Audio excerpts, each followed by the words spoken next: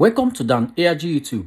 Emmanuel Agbogun say Curtis Ugbo send some people make them attack and collect a phone in front of Oba Palace. Make I leave you now, make you hear from Emmanuel Agbogun as he explain how the whole thing take happen in front of the Oba Palace.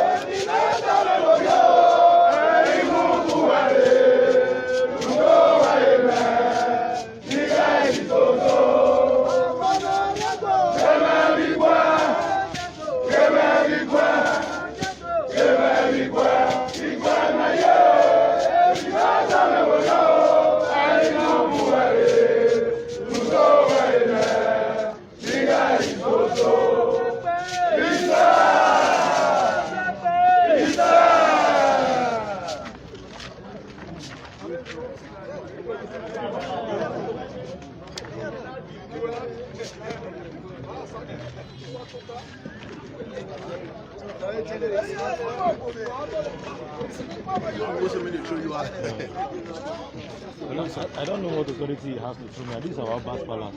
Hello, sir. On what capacity, please, does he have to throw me? Are you recording? I'm on live. I'm an activist. I want to fuck you and your activism. Move. Are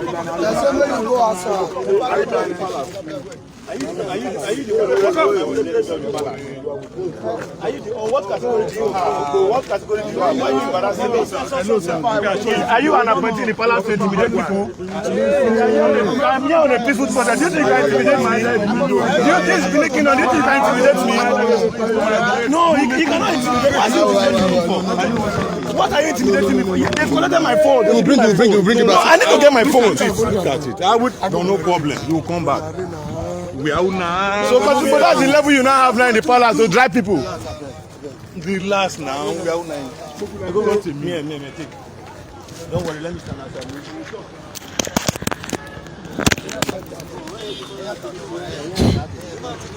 Let's see. Easy. Okay, no worries. Listen now. One or two times I want to tell. Okay, the two of them get this. All over my type, man. Hold rest. Yes. A wonderful good evening. Good evening to you all, my conscious Edo people.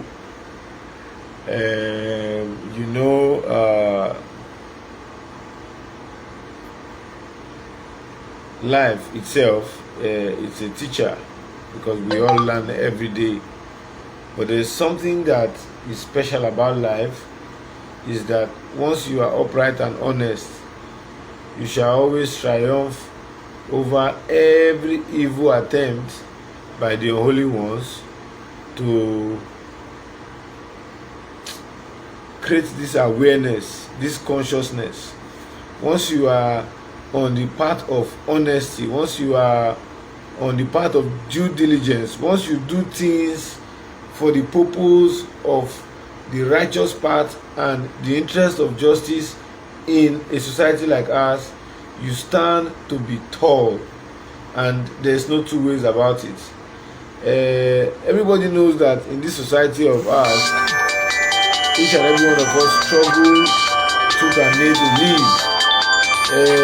Despite the fact that one might be privileged to have a wooden spoon, sometimes a silver spoon, sometimes a golden spoon, but that does not stop us from relating and interacting and sharing and disagreeing with issues. If you are calling me now, there's no way I can take calls because I am live and there's no way I can attend to your call this very moment. So I would appeal to you to please give me a call in an hour. Although I will not be spending so much time, maybe I'll say in another 20 minutes. So my conscious Edo people, the matter wey carry me come media this evening, now basically because of say I want clear the air on one thing about Curtis Ugbo, and the reason why this guy don't dey feel so threatened seeing me in any issues. He don't lie about me so he don't tire. Now no be the lie. Now to the feel say he go fit dey intimidate me. They share videos of wetin I no do. Now basically that video wey Curtis Ugbo dey share na video wey emanate from me. I no deny the video say no be me do am. Na video wey emanate from me, but that video was not posted on any social media platform. That video was to draw the attention of comrades on a social media platform where civil society activists in Edo State were. And as admins and as leaders in that platform, we were not allowed to carry any information that is deposited on that platform to any media fora. But I'm surprised that Curtis Ugbo has ever since been putting that video on the media, all because he wants to paint me to be a bad person before the palace. Yes, I was aggrieved at the time where the only area in Benin where we used to get our local attire for occasions and functions was demolished. So when I met one of the persons who was actually trading with me, one woman, she said, look at the situation. Then later on, we tried to draw the attention of the palace, and the monarch did compensated them. That issue, that video was never posted on any platform. Curtis Ugbo, maybe being privileged to be a member, decided to keep the video at some point, only to the fact that Curtis Ugbo has always known that I have the capacity to reduce his excesses. I can boldly tell you today that go and ask people who are still living. Daneche, the president of Edo Youth Congress from far back 2010, 2011, 2012, 2013, 14, 15, 16, was a very, very familiar person to Curtis Ugbo. We all came together sometime in 2011. What I'm talking about is over 10 years ago. We all came together as young men and as comrades to see how we can advance the cause of youth inclusiveness and participation in politics, in the issue of, organizing our society to get government to do the needful. That was far back in 2012. That was the time when I met the likes of Kola Edopaye today. That's why I met the likes of Stanley Osakwinokodi.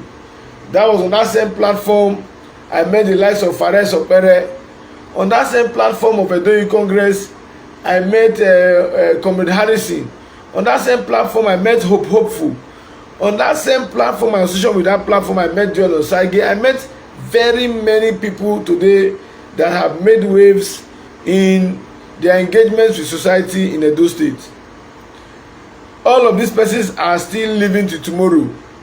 They can tell you my person, they know me very well. Now, to cut the long story short, because I'm not here to preach history, Curtis Ugbo is fond of using platforms to enrich himself. That has been his trademark right from Edo Youth Congress, even with the community face-to-face initiative that he was operating.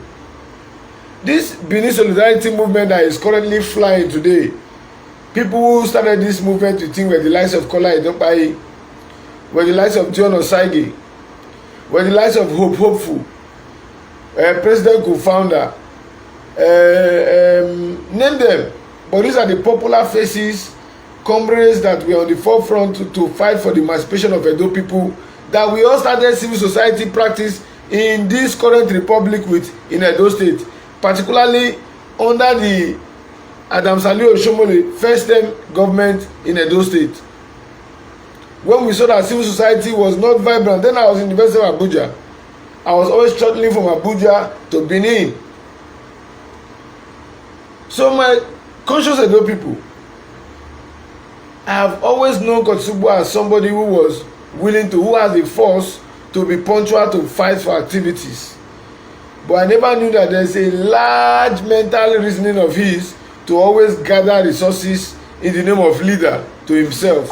Resources that is accrue to the advancement of an organization. Edo Congress under the former leadership of, I think it should be Saturday Owoleko, am I correct? Or somebody before him. No, that should be under Okwa Obo as the NDDC chairman.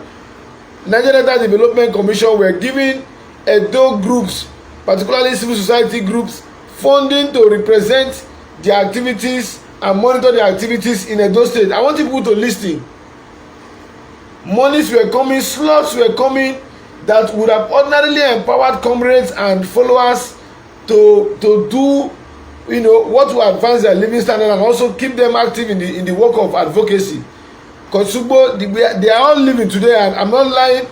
Stanley Osakunokodi, half of you who are watching me today knows him. Most of you might not know Daneche, because along the line when social media became a tool for some of us to begin to air our voices, Daneche was far from the reach of civil activities in the state. I have not done anything virtually wrong to somebody like Kosegosa Ugbo, to the extent that Ugbo will begin to analyze me as a Delta State man, when he himself knows very, very well that I hail from Benin City. I hail from Benin Kingdom. Kotisugbo, knowing fully well that the moment he was setting his tentacles in Ologbo to get the current oil slot he's enjoying as salary from Ologbo and their contract work that the Enoge is sitting on, and only choice people in the communities are benefiting from. I've been saying it is not today. Kotisugbo ensured that he started preaching to Edo people that I was collecting money from Ashelege. In fact, he went as far as telling Edo people that I was married to Ashelege's daughter. God on earth knows what I am saying here today is nothing but the truth. Do you know that the so-called Ashelege daughter that he alleged me of today, he has not been able to come out with any proof to show? When that did not win the wind of falsehood, Kotisugbo entered the fact that he said I had intentions to bomb the Oba of Benin's palace. I want everybody to listen very well. Oh. He hired one of the best lawyers in Benin.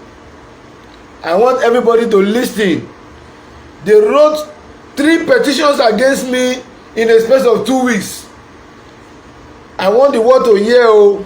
Their intentions were very simple. Was to ensure that they will arrest me from the AIG. When one petition was failing, they will use the second one to see how they can still rearrest me for a period of 4 to 5 days, while they will perfect whatever they intend to do within the umbrella neighborhood of Olugbo and whatever crisis was going on with Sonny Eche, Johnson Ashelege. I never knew Johnson Ashelege. Kola is still alive today. Engineer Festus, Madam Ekator's daughter, what do you call the other woman again? Madam Becky Ekator from UK, Jeremiah Ekator from Germany. I know all of you are still alive. You people can also hear and watch this video and come out on your various platforms, even on this my platform, to comment.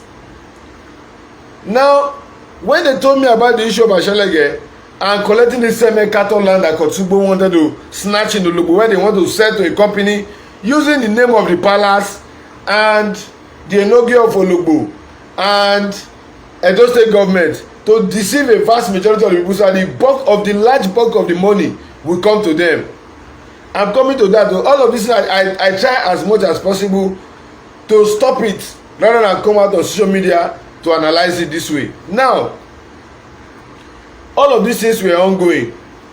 Kotsugbo has made several attempts to use police. He failed.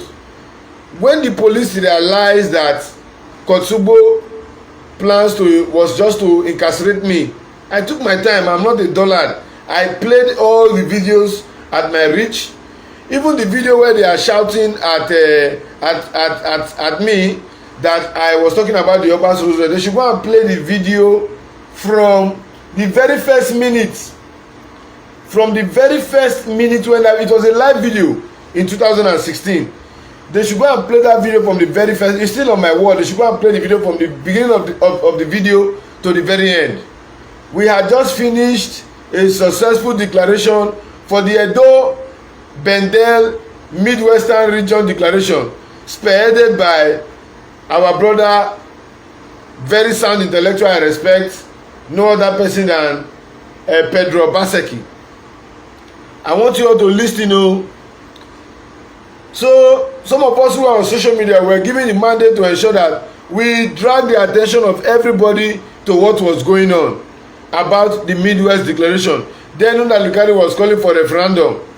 We cannot be taken unawares as people in our society. We started preaching. It was in the middle of that video I made mention that what are we benefiting from Nigeria? What has Nigeria got to benefit an average Benin when we produce the oil? The northerners who do not produce anything are the ones who own oil wellheads in our state. This is not coming from me. It has been on the media before. So why is it that our traditional council is not waking us up, particularly those who are active with the business of society, to also call for a referendum when we are seeing what was happening in the Midwest, in the Middle Belt? As conscious people will decide to say, come on, we must create awareness in our society. As at this time, I never had issue with Kotsugbo. In fact, most times Kotsugbo will call me, Kola Idopaye is still living, to say, my brother, see this issue, I beg, I want me you, more not join, but more will fight this level. On several occasions, Kola is still living. If there's a proceed that will come from whatever we have done, for say thank you, Ugbo, he will not pick your call. He will tell you that there's no problem. He will know what to do. No problem. He has boy. He has one or two. He will just cook up a story. He was never a straightforward person. I can mention on and on and on. These people are still living. Now, we are talking about a man who I have known for over 10 years with his character.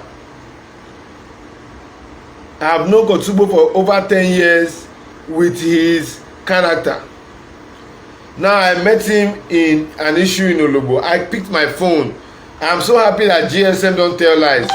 If you go to check my history from when I started showing the world what Kotsugbo was doing in Ologbo and how I started gathering informations, because one engineer Festus contacted me and said that he wanted me to look into the issue of Johnson Ashelege collecting the Ekato farmland, which is this same Ekato farmland that I've recently called Ugbo a land grabber over. And I said, sir, what do you mean by that? He said, okay, let me wait for his sister to call me. The woman came. Her explanation was very clear to me that she was the only person in Nigeria. Her land, Johnson wanted to grab the land and sell individually. In fact, Johnson had already sold some portion from what I gathered. But later Johnson has said that the portion that he took was not him, was the Ologbo community. That if you are in doubt, they should go and show them the documents that they use in buying. That he was only a signatory because those transactions were done in his presence. I said, okay. He said, but however, they are not dragging the place where there's Banga farm.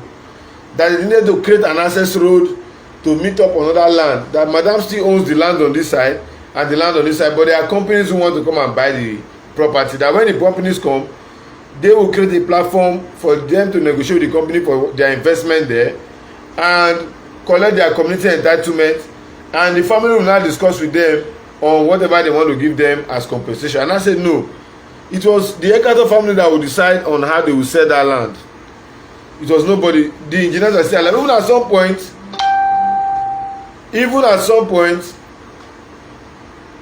the, what is it called, the engineer Festus was so angry with me with the fact that he felt maybe I was conniving with Chief Johnson to mislead them. I said no, I have written whatever you asked me to read, but these are our government people. You will see how this thing is not a do or die affair. When I saw the way the guy never had some level of trust anymore, I decided to pull out from the issue. And that was when they contacted Curtis Ugbo. The next thing, before you know, Ugbo told the woman to come with documents. I was in Abuja. Maybe that was after a long period of time. I was in Abuja. Ugbo came, told the woman to come with documents. How they transpired. The next thing was that Ugbo invited the woman to the palace. The woman came to the palace. She collected documents. After collecting documents, the next thing Ugbo did was that Ugbo called this woman on the phone and told her that the Oba of Benin said that this woman does not have land in that place. The woman is still alive. Mrs. Ekato is still alive. She's an adult. She has spoken on my platform. She can still speak again. Even as we speak, they are also doing their needful to ensure that they restrain anybody from going into their ancestral and aboriginal lands. But there are certain things we as people always decide to tell ourselves lies over. So for me, I am not an enemy of even the government I don't support. As a civil rights activist, as a civil crusader, as a social crusader, as a man who believes in the liberality of a society, that is in the basis in which I do my activism. I don't look into the components of what selfish interests are. I only look into the issues that border on the facts before me. And that is why you see each time I come out to say anything, I back it up with some level of facts. If the person who is telling me that information is not coming out, he would have to show me documents to back his claims. I don't just come out to say I want to talk because, oh, maybe I want to entertain the audience. No. I don't come out to say I want to talk, oh, maybe because I want to see how I can convince people to like me more. No. There are very many evil things that are going on in this Benin that not until when we decide to look into it holistically. As I speak to you today, there is no way in that palace that they will tell me that it's only Roland Okoye that is the bad head. Most of the letters, the communiques, or the statement of the palace that were used to intimidate these people from the community were signed by who? Was it the secretary? Was it the secretary? So my conscience of those people, this question that we are asking should be looked into squarely. Look within the box. Roland Okoye will install an enoge. There should be a letter or a certificate issued to that enoge from the palace, because delegates were sent from the palace. So my conscience of those people haven't elaborated this far. I want to ask Curtis Ugbo, apart from this palace issue, do you have anything against me? Am I collecting your wife? Or name it.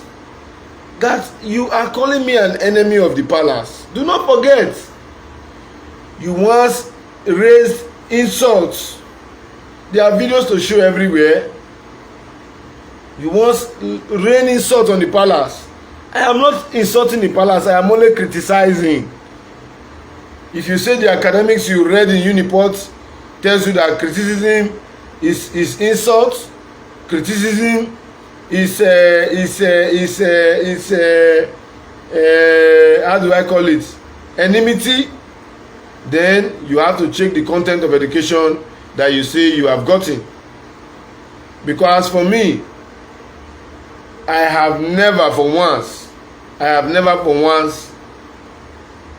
insulted the monarch, and I will not.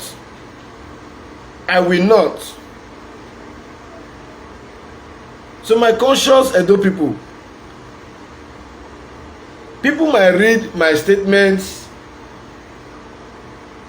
as offensive, pending on the content of your reasoning. But if you are open-minded, if you are free from racism, because the highest racism in the world is happening within we the black people. In this 21st century, the highest racism in the world is happening within we the blacks. That an Hausa man will no longer want to see an Igbo man. An Igbo man will no longer want to see an Hausa man. A Yoruba man will no longer want to see an Hausa man.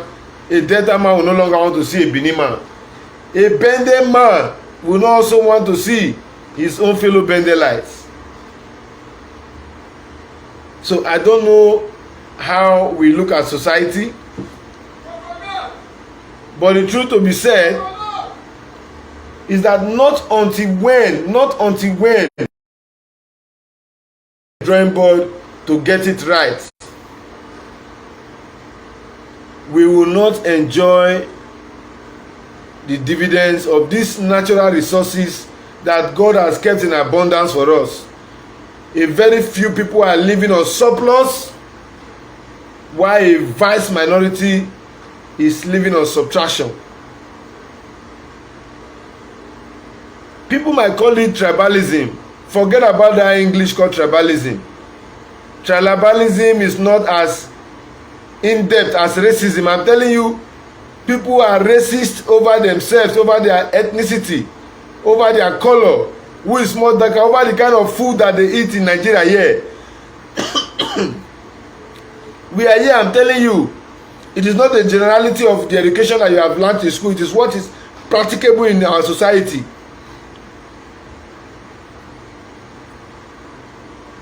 And Hausa man will tell you that you don't have a say in your own country, that he is the majority, so therefore the minority should go to air. You must come to negotiate with them before they can give you power. That is the highest level of racism. Leave tribalism and ethnicity out of it. It is just a way of life to protect what is your own. But we are talking about when it goes beyond that. When it goes beyond that hate, that tribalism. We have gone beyond that. We have gone beyond that in this country. I said people are not looking at it the way it is. Today, you can imagine even Kotisugbo sat down, an elderly man of his age, who does not have a second address, rather than look for one organization where there is fruit or where people have used their intellectual lack of Kotisugbo. We know all of these things. We are cautious of what is happening. So my conscious Edo people,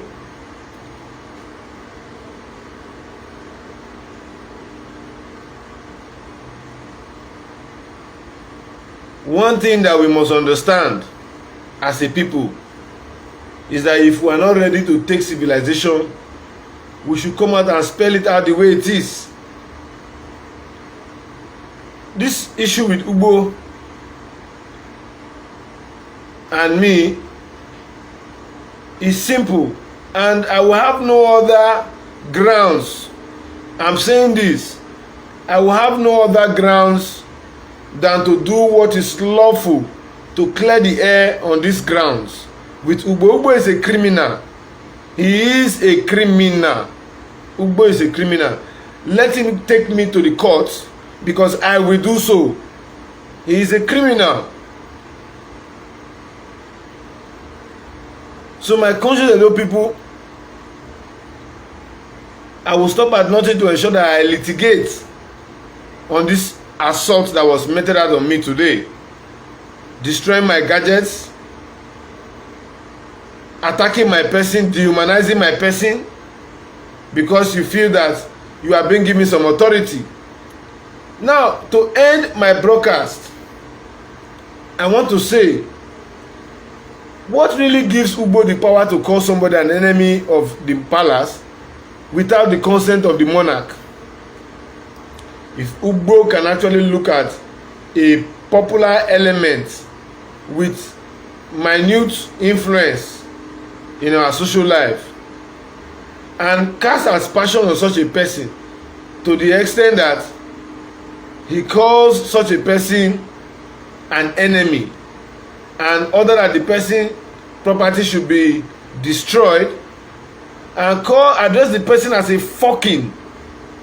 We all know how derogative such words are being used by people who are meant to address citizens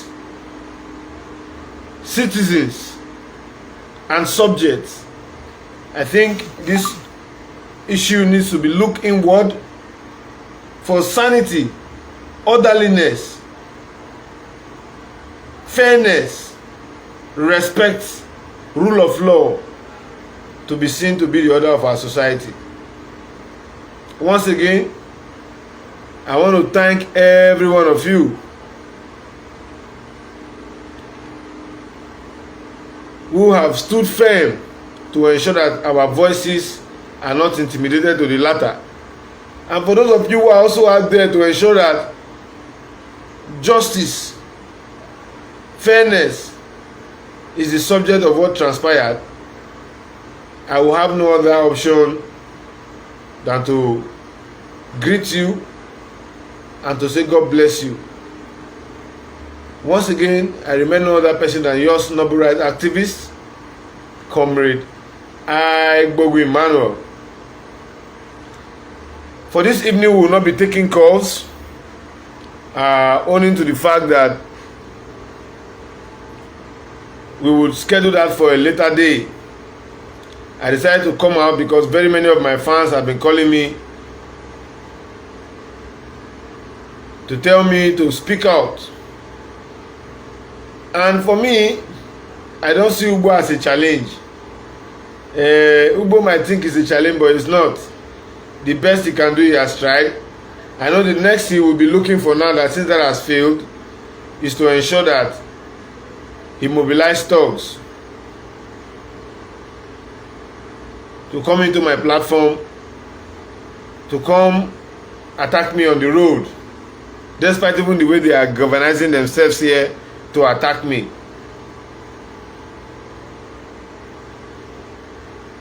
So once again, my conscious Edo people, I remain no other person than yours noble rights activist. I would beg at this moment that I take my leave. Please, if you're here with us on this broadcast, I want you to please share this broadcast.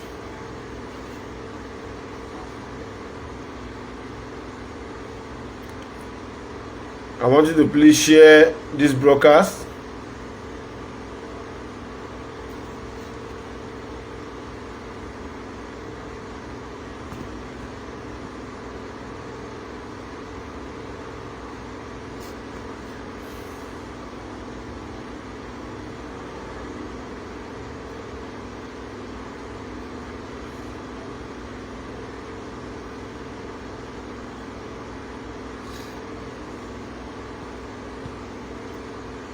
Yeah, I want you to please share this broadcast, and that will be all I ask. For all of you who have stood back to listen, all I have said is nothing but the truth. And I want to say God continue to bless each and every one of you as we sign out tonight.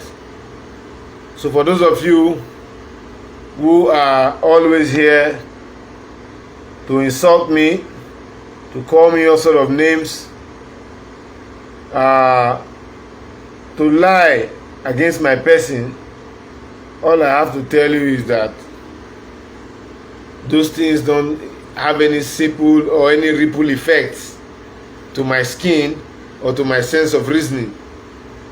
So once again, I want to say God bless you, and bye for now. Now we don't hear from Emmanuel Agbogun. Let us know what you think for this matter. Go to comment section, make you put your own. If you never subscribe to Dan ARG YouTube, try make you subscribe so that make you for the hear all the things where they happen for Edo State. Make I leave you now with this video, make you help us share them. Thank you for watching Dan ARG YouTube.